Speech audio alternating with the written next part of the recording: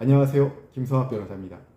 저는 대한변호사협회 공식 인증 제주 형사전문 변호사이자 제주지방법원 재판부별 국선변호사, 제주지방법원 논스톱 국선변호사를 역임하면서 수많은 교통사고 형사사건의 변론을 성공적으로 수행해왔으며 현재 다수의 교통사고 형사사건을 수임하여 변론하고 있습니다.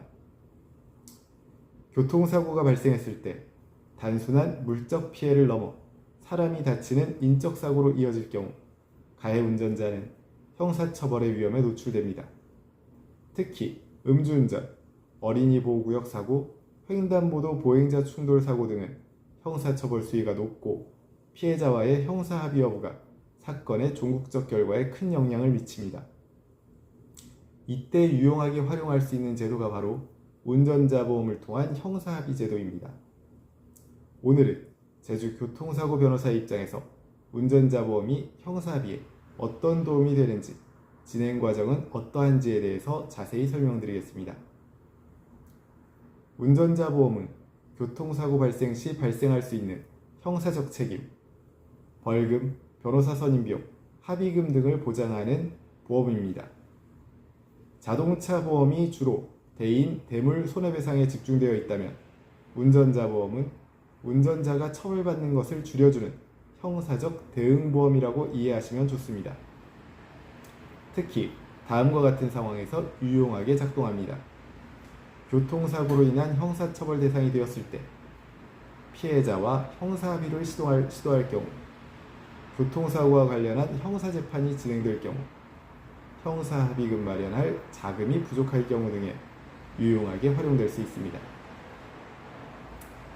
형사처벌이 우려되는 교통사고에서 가장 중요한 것은 피해자와의 형사합의입니다.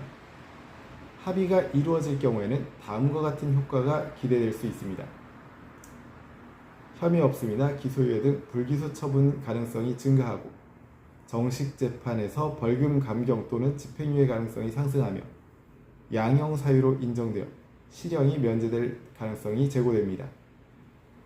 하지만 피해자가 입은 손해가 크거나 경제적 여력이 없는 운전자의 경우 합의금을 마련하기 쉽지 않습니다. 이때 운전자 보험이 형사합의금을 지원해주기 때문에 매우 중요한 수단이 될 수 있습니다.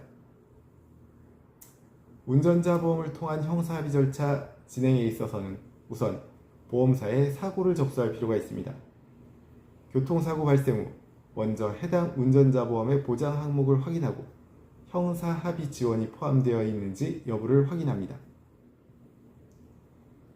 그리고 보험사에 사고 사실과 합의금 청구 가능성을 알릴 필요가 있습니다.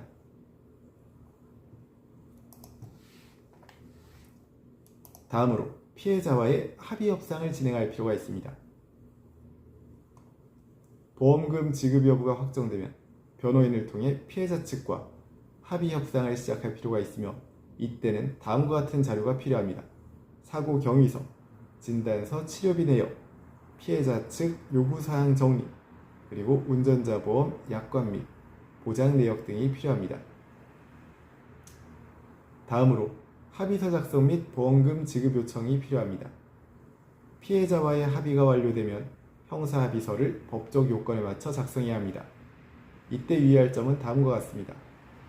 합의금 총액과 지급 방식을 명시하고 형사상 처벌을 원치 않는다는 내용을 포함시키며 피해자 및 가해자 실명, 서명, 날인이 필수적입니다. 향후 민사책임 면제 여부도 명시할 필요가 있습니다.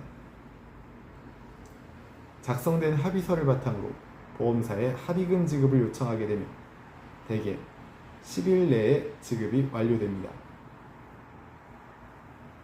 작성한 형사합의서는 경찰 조사나 검찰 송치 이후 형사 절차에서 주요 감경 자료로 활용됩니다. 현재 운전자 보험을 통한 형사 합의를 고민 중이시라면 언제든지 제주 교통사고 변호사 김성학 법률사무소를 찾아주시면 신속, 정확한 해법을 제시해드리겠습니다. 조금이나마 도움이 되셨으면 합니다. 여러분의 권리를 지키고 언제나 신속하고 정확한 해법을 제시해드리는 김성학 변호사입니다. 감사합니다.